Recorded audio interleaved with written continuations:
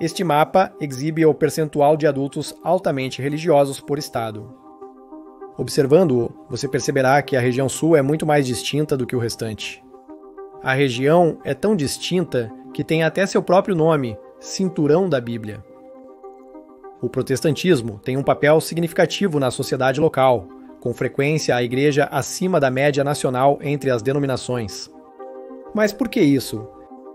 Porque essa parte da América é muito mais religiosa do que o resto. A Nova Inglaterra foi fundada por puritanos que consideravam a Europa muito sem Deus, e agora é a região mais ateísta dos Estados Unidos da América. Então o que aconteceu? Bem, para entender essa inversão religiosa e a intensidade dela no sul, precisamos voltar lá para o início. E eu quero dizer, voltar à fundação literal das 13 colônias, com a primeira sendo Jamestown, Virgínia, em 1607. Assim como outras potências europeias da época, razões econômicas foram as principais motivações para a colonização. E a colonização britânica da América do Norte não foi diferente. Pessoas foram enviadas para estabelecer um assentamento britânico nesta área. E como eles vieram da Inglaterra, onde a Igreja da Inglaterra, também conhecida como Igreja Anglicana, era a religião oficial do Estado, as pessoas que compunham essa região eram principalmente anglicanas. Neste ponto da história, a Igreja da Inglaterra havia sido separada da Igreja Católica Romana e transformada em um país anglicano protestante apenas desde 1534. Apesar disso, houve breves restaurações do catolicismo, como durante o reinado da Rainha Maria, um de 1553 a 1558. O ponto é que, embora a Igreja da Inglaterra fosse tecnicamente anglicana, ainda havia muitos elementos do catolicismo retidos nela. É aqui que o movimento puritano surgiu. Eles eram um grupo que queria purificar a igreja de práticas consideradas católicas e implementar uma forma mais rigorosa de adoração e governo da igreja. Contudo, seus esforços e crenças geraram tensão e perseguição, forçando-os a fugir do país para criar uma sociedade conforme acreditavam que Deus desejava que fosse. Então, de 1620 a 1640, houve uma migração puritana para as colônias da Nova Inglaterra na América Britânica, com até 20 mil deles fazendo a viagem, principalmente em famílias ao invés de indivíduos isolados, e estabelecendo a agora colônia de Plymouth, a segunda colônia inglesa permanente na América após Jamestown. Neste momento, havia essencialmente uma divisão religiosa entre os puritanos no norte e os anglicanos no sul. Isso refletia-se em seu estilo de vida, com os puritanos criando uma sociedade profundamente enraizada na fé, com códigos morais rígidos e foco no culto comunitário. A influência dos puritanos era tão profunda que permeava quase todos os aspectos da vida na Nova Inglaterra, desde a governança até as rotinas diárias. Enquanto isso no sul, e não é para dizer que eles não eram religiosos, porque certamente eram, mas a motivação para o assentamento era em grande parte econômica desde o início, focada na agricultura, comércio e coisas do tipo. A fundação da Igreja Anglicana nas colônias fazia parte da reprodução das estruturas sociais inglesas e da conservação da fidelidade à coroa. Havia também uma mistura de outras denominações entre os colonos, o que significa que não havia uma única identidade religiosa dominante. Assim, a estrutura social, nos estados sulistas como a Virgínia, era mais hierárquica e menos focada na religião em comparação com o norte puritano. As coisas começaram a mudar. Enquanto os primeiros colonos puritanos eram muito religiosos, as segunda e terceira gerações de colonos, nascidas no Novo Mundo, nem sempre compartilhavam a mesma intensidade de convicção religiosa ou senso de urgência que impulsionava seus antepassados. Alguns até perderam o interesse devido à grande aderência exigida. Conforme a colônia se desenvolvia, a prosperidade econômica passou a ter prioridade sobre questões religiosas para muitos. A sociedade, antes unificada religiosamente, passou a receber pessoas com diferentes origens e crenças, diluindo a influência puritana e sua capacidade de impor conformidade religiosa. Esses fatores levaram ao surgimento do secularismo na Nova Inglaterra. Você pode estar pensando que o Sul também não seria afetado por isso, certo? E você estaria certo, foi. Ironicamente, ser menos intensamente religioso ajudou a preservar o cristianismo lá. Permitam-me explicar. O Sul, menos homogêneo religiosamente, desenvolveu um cristianismo mais entrelaçado com o cotidiano e menos rígido que o puritanismo, permitindo uma adaptação mais flexível das práticas religiosas às mudanças sociais. Isso ajudou a manter sua influência, tornando a religião no Sul parte da identidade cultural, além da mera obediência teológica. Além disso, um fator geográfico também estava em jogo. Embora ambas as regiões tenham começado com a agricultura como principal atividade, a geografia e o clima da Nova Inglaterra são menos propícios à agricultura em larga escala do que os do Sul. A Nova Inglaterra possui solo rochoso, relevo acidentado e um período de cultivo mais curto, dificultando a agricultura em grande escala.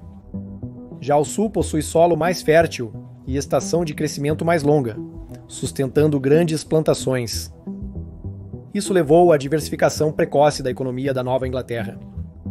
Pesca, construção naval e comércio eram atividades econômicas importantes junto à agricultura. A abundante energia hidráulica dos rios da região também foi fundamental para sua industrialização precoce. A Nova Inglaterra se tornou um centro manufatureiro, com indústrias têxteis e de relojoaria em rápido crescimento desde o fim do século XVIII. O crescimento industrial impulsionou o desenvolvimento urbano, com a migração para as cidades em busca de empregos fabris. O Sul, apesar de preocupado com sua economia, conseguiu manter um foco mais agrícola, inicialmente baseado em culturas como tabaco, algodão e arroz, que dependiam fortemente do trabalho escravo.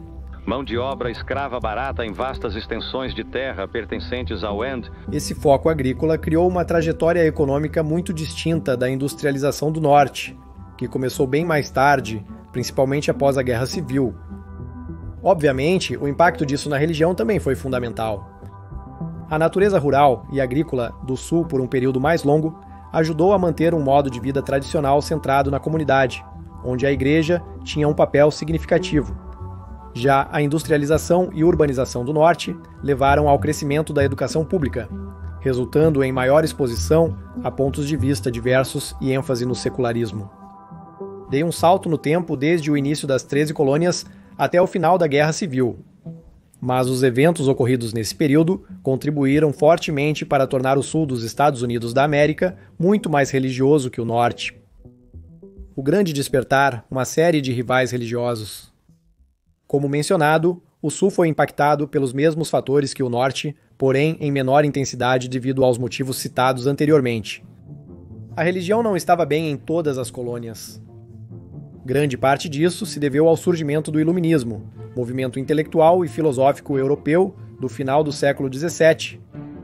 Os pensadores iluministas buscavam aprimorar a vida humana na Terra, em vez de focar na religião e no pós-morte. Esses pensadores valorizavam a razão, a ciência, a liberdade religiosa e os direitos naturais, vida, liberdade e propriedade. O movimento iluminista também chegou às 13 colônias, atravessando o Atlântico. Durante esse período, a religião se tornava mais formal e menos pessoal, resultando em menor frequência à igreja. As igrejas não acompanhavam o crescimento populacional, levando os cristãos a se sentirem complacentes com seus métodos de adoração. Alguns estavam desiludidos com o domínio da riqueza e do racionalismo na cultura. As colônias ainda estavam profundamente divididas religiosamente neste ponto, com os puritanos no norte, os anglicanos no sul, e as colônias do meio com uma mistura de quakers, luteranos, batistas, presbiterianos e outras denominações.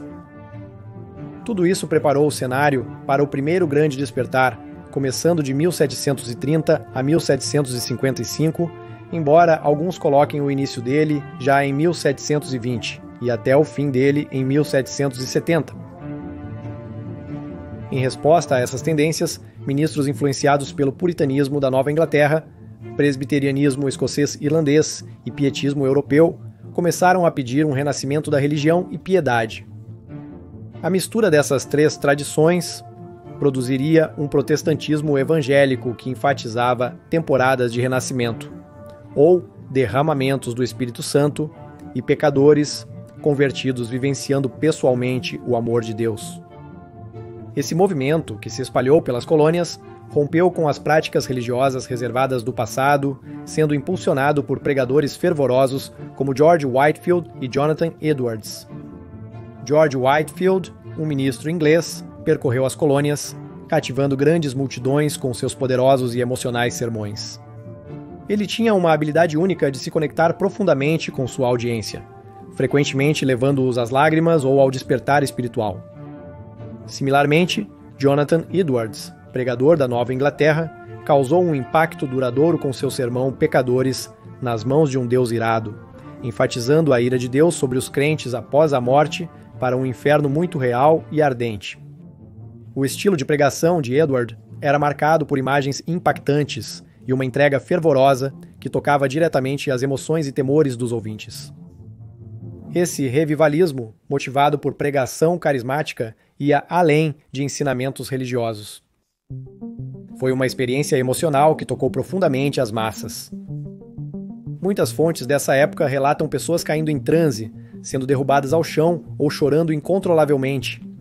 E mesmo que isso fosse na época da escravidão e do racismo extremo, esses pregadores se certificavam de pregar para qualquer um que ouvisse, quebrando as barreiras tradicionais de classe e raça, na prática religiosa e, claro, espalhando sua religião amplamente.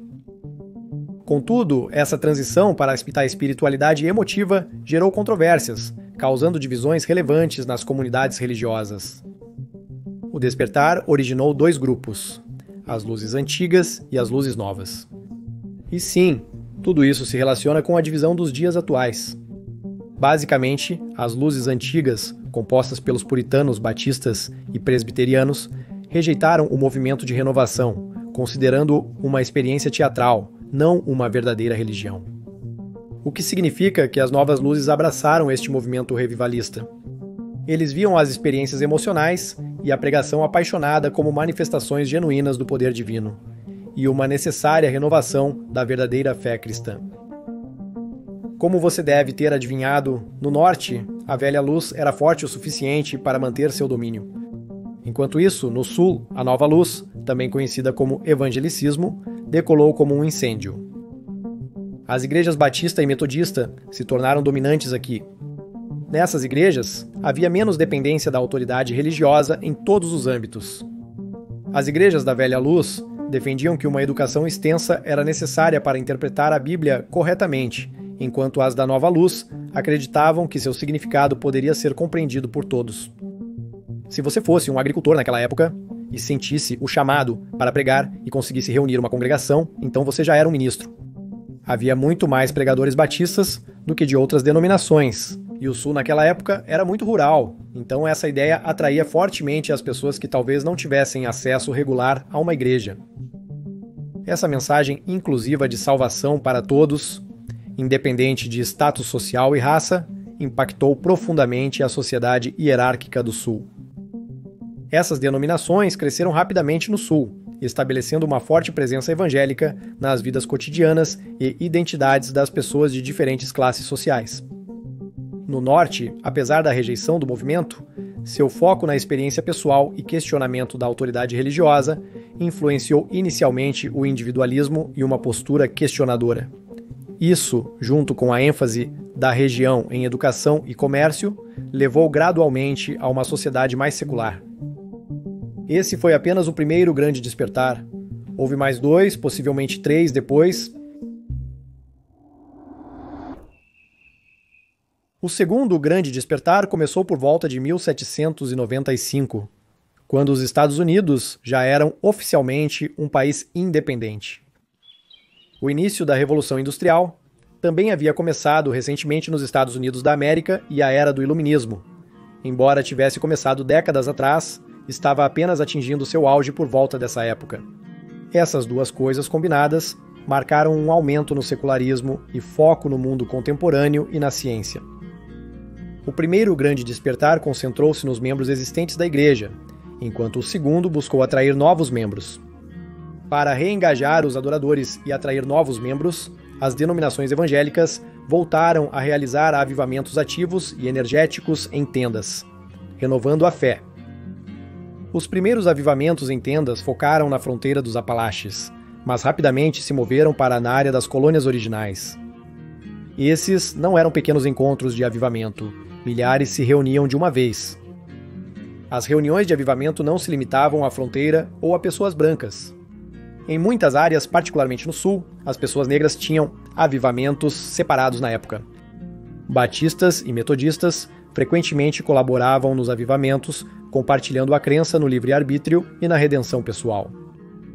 Os batistas eram altamente descentralizados, sem uma estrutura hierárquica em vigor, e os pregadores viviam e trabalhavam entre sua congregação, enquanto os metodistas, por outro lado, tinham mais uma estrutura interna em vigor. Eles enviavam pessoas a cavalo por todos os lugares para converter outros à fé metodista. E valeu a pena. Pelos anos de 1840, os metodistas eram o maior grupo protestante na América. Para colocar esses esforços em perspectiva, eles cresceram de 58 mil membros em 1790 para 258 mil em 1820, e então para 1.660.000, e 1 mil por 1860. Este fator de crescimento de mais de 28 vezes em 70 anos superou o crescimento da população nacional, que aumentou apenas 8 vezes no mesmo período. O revivalista mais significativo nesta área foi o ministro presbiteriano Charles Finney. A principal mudança dele foi promover conversões em massa em reuniões de avivamento. Não eram mais indivíduos se convertendo sozinhos, mas sim acompanhados por vizinhos, em conversões em massa. Apenas em 1839, Finney pregou em Rochester, Nova York, e estimou cerca de 100 mil conversões. Mas o segundo grande despertar terminou em 1840 devido à profunda cultura da escravidão no Sul, levando à divisão das seitas religiosas do Norte versus Sul durante os anos de 1830 e 1840. Em 1845, os batistas do Sul se separaram da denominação Batista Nacional nos Estados Unidos da América e estabeleceram a Convenção Batista do Sul pró-escravidão, pois interpretavam a Bíblia como apoiando a escravidão. O terceiro grande despertar começou em 1855 com a Guerra Civil, ocorrendo logo depois, de 1861 a 1865, e o movimento terminando nos anos 1930. O termo cinturão da Bíblia começou a ser usado na mídia perto do fim deste movimento. Este grande despertar não impactou tão profundamente o crescimento do cristianismo no Sul e o declínio no Norte quanto os dois primeiros. Foi marcado por uma maior promoção do ativismo social. Isso foi visto, por exemplo, com a fundação do Exército da Salvação e o surgimento da Young Men's Christian Association. Não me interprete mal, mas ainda crescia rapidamente nesse período. No Sul, muitos intelectuais da época participaram do movimento e foram fortes defensores do cristianismo. Eles tentaram alcançar sistematicamente as partes do país onde não havia igrejas para espalhar a religião. Alguns desses intelectuais e estudiosos começaram a construir escolas e universidades intimamente ligadas ao cristianismo, o que teve uma influência duradoura mais de um século depois. Como resultado, as igrejas protestantes nos Estados Unidos cresciam rapidamente durante este período, embora tenham encontrado uma força oposta igualmente poderosa, o surgimento do pensamento científico. A teoria da evolução e a crítica superior da Bíblia desafiaram as crenças religiosas tradicionais que sustentavam o despertar. Com o aumento da industrialização e urbanização, especialmente no Sul após a Guerra Civil e uma guerra mundial algumas décadas depois, as prioridades da religião ficaram um pouco em segundo plano. Essa mudança rumo ao modernismo e à abordagem crítica dos textos religiosos, aos poucos, corroeu a base do terceiro movimento revivalista. Neste ponto da linha do tempo, ocorreram 3 grandes despertares que criaram e promoveram fortemente o evangelismo, especialmente no Sul. E talvez ainda não tenhamos terminado.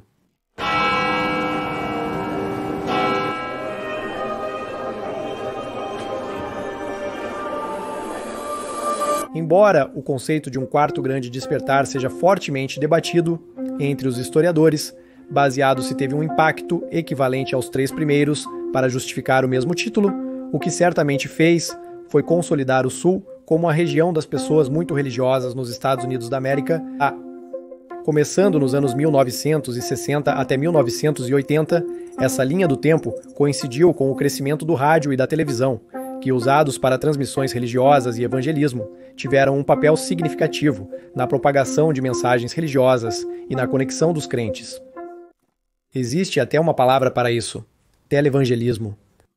No Sul, a agricultura permaneceu independente por mais tempo que no resto do país, então pequenas comunidades isoladas conseguiram rádios e se conectaram a um mundo muito maior. Em uma geração do início do rádio rural, surge Billy Graham, considerado o evangelista do século XX, e a provável ligação entre o polêmico Quarto Grande Despertar e a atualidade. Sendo parte dos Batistas do Sul, ele é uma das principais razões pelas quais agora é a maior denominação batista e protestante do mundo, além de ser a segunda maior denominação cristã na América. No cinturão da Bíblia, as cruzadas de Graham fortaleceram e renovaram as crenças cristãs evangélicas. Seus grandes eventos e pregações dinâmicas, com foco no relacionamento pessoal com Deus, ressoaram profundamente com a cultura religiosa local. Suas cruzadas na mídia de massa alcançaram milhões, ampliando a visibilidade e o apelo do evangelismo. Esse interesse intenso pavimentou o caminho para a expansão de grandes igrejas evangélicas. As principais igrejas protestantes enfraqueceram em número de membros e de influência, enquanto denominações mais conservadoras, como os Batistas do Sul, cresceram rapidamente e se espalharam pelos Estados Unidos. Logo, com tantos membros, surgiram as megachurches, e elas ganharam atenção porque 10 igrejas com 2.000 membros eram mais visíveis do que 100 igrejas com 200 membros. Agora, voltando aos dias atuais, Jimmy Carter e Bill Clinton, os presidentes mais recentes do sul dos Estados Unidos da América, foram criados na Igreja Batista do Sul. Em estados como Alabama e Mississippi, cerca de metade dos adultos frequentam serviços religiosos semanalmente. Isso contrasta fortemente com estados do norte, como Maine e Vermont, com 22% e 21%, respectivamente, e estados em outras regiões, como Oregon, no oeste, com 29%, e Dakota do Norte, no centro-oeste, com 33%. No entanto, existem mais fatores ocultos em jogo aqui que eu ainda não expliquei. O norte industrializou-se mais rapidamente e não dependeu tanto da agricultura, tornando-se uma região mais rica. Na verdade, todas as regiões da América são mais ricas que o sul. Observe o mapa dos estados mais pobres de 2022. Geralmente reflete a região do cinturão da Bíblia. Enquanto isso pode ser devido a fatores como pobreza voluntária, falta de educação ou oportunidades, eles estão diretamente relacionados. O cristianismo está em declínio não apenas no norte, mas agora em todos os Estados Unidos da América. Isso inclui o cinturão da Bíblia. O cristianismo, a maior religião nos Estados Unidos da América, teve um pico de 91% da população em 1976. Isso diminuiu para 73,7% em 2016 e 64% em 2022. Ironicamente, as igrejas batistas do Sul, outrora impopulares no Norte, estão em declínio em todas as regiões, exceto na Nova Inglaterra. É a única região, nos Estados Unidos da América, onde as igrejas batistas do Sul cresceram. O cristianismo tem declinado nos Estados Unidos da América devido a razões como o aumento do racionalismo e da ciência, que também encerraram os grandes despertares. Também devido a novos fatores como a maior multiculturalidade dos Estados Unidos da América e a maior mistura entre religião e política, o que desiludiu muitos, especialmente os mais jovens. Um número crescente de americanos agora se identifica como religiosamente não afiliados, frequentemente chamados de NUNs. E não aquelas freiras. Este grupo inclui ateus, agnósticos e aqueles que descrevem sua religião como nada em particular. O crescimento das freiras reflete uma tendência maior de afastamento da religião organizada. Com a população cristã dos Estados Unidos da América prestes a cair abaixo de 50% até 2070, deixando de ser a religião majoritária pela primeira vez na história do país, há algo que eles possam fazer para impedir isso? É um problema de todo o país, não apenas do norte ou do sul. Ou seria mesmo um problema? Obrigado por assistir.